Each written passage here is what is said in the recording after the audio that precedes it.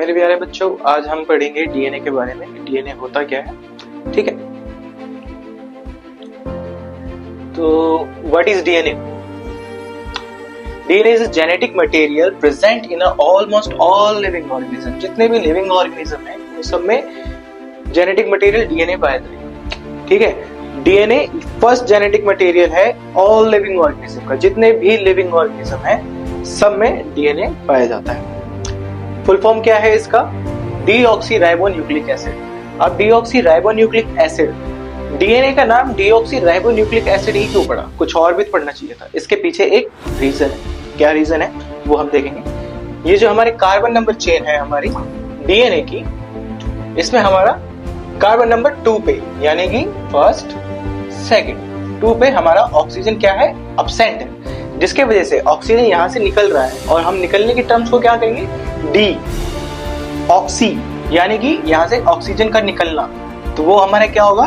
D oxy. और ये किसका पूरा स्ट्रक्चर है? ये राइबोज शुगर का ये स्ट्रक्चर है, जिसके वजह से हमारा क्या होगा? D oxy ribose nucleic acid, ठीक है। और इसको डिस्कवर किसने किया था? इसको डिस्कवर किया था फ्रांसिस क्रिक और हमारे जेम्स वाटसन ने। क्रिक एंड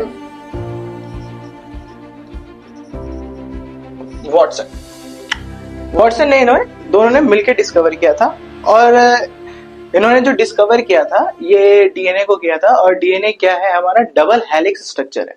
डबल हेलिक्स का मतलब क्या है? ये कॉइल्ड है एक दूसरे के पैरेलली, कॉइल्ड है, ठीक है। और ये हमारे किससे मिलकर बना होता है? न्यूक्लियर बेस से मिलकर बना होता है। न्यूक्लियर बेस हमारे कौन कौन से? एक ये है,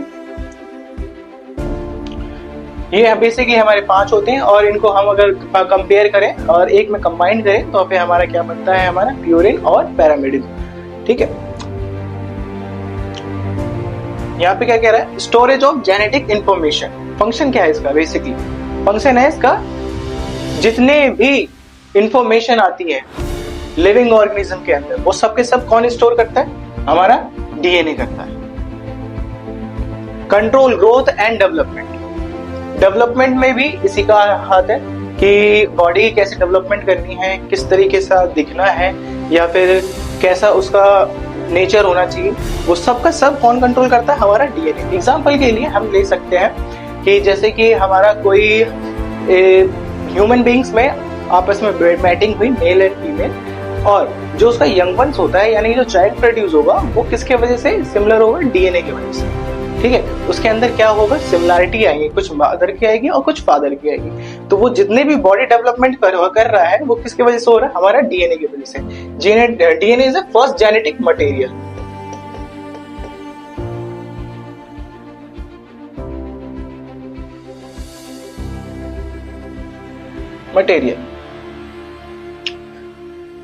अब इसके स्ट्रक्चर के बारे में पढ़ेंगे।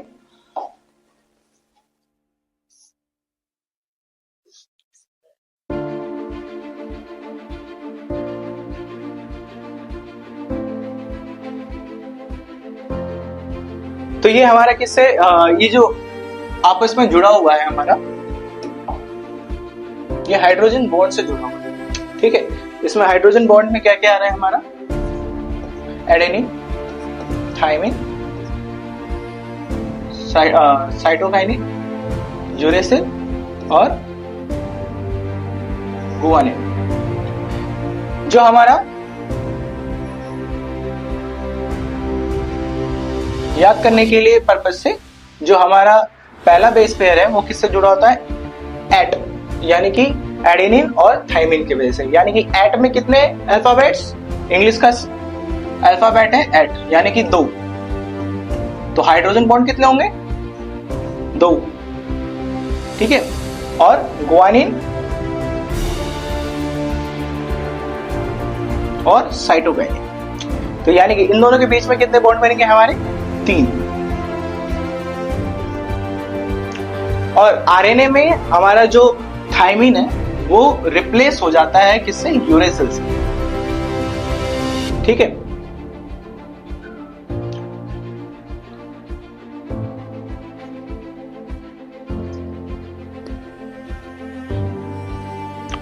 और जब हम आरएनए की बात करते हैं तो आरएनए की बात के क्या होता है, ये हमारा सिंगल बेस पेयर स्ट्रक्चर है, सिंगल राइबोज न्यूक्लिक एसिड का बेस पेयर स्ट्रक्चर है। इसमें क्या होता है, इसमें हमारा डीएनए में क्या था, ऑक्सीजन एब्सेंट थी, यहाँ पे क्या है, ऑक्सीजन प्रेजेंट है, जिसके वजह से यहाँ पे क्या हो रहा है, डीऑक्सी राइबो न्यूक्लिक एसिड के वजह से, यहाँ पे डीऑक्सी राइबो न्यूक्लिक एसिड था, यहाँ पे क्या है, राइबोज न्यूक्लिक एसिड, इसलिए आरएनए को हम राइबोज न्यूक्लिक एसिड कहते हैं और डीएनए को डीऑक्सी राइबो न्यूक्लिक एसिड कहते हैं, क्योंकि यहाँ पे ऑक्सीजन एब्सेंट है कार्बन नंबर 2 पर और वहां पे ऑक्सीजन प्रेजेंट है कार्बन नंबर 2 पे। इसीलिए ये इन दोनों के बीच पे डिफरेंस है और नाम रखने का मेन रीजन यही है इसका। Thank you.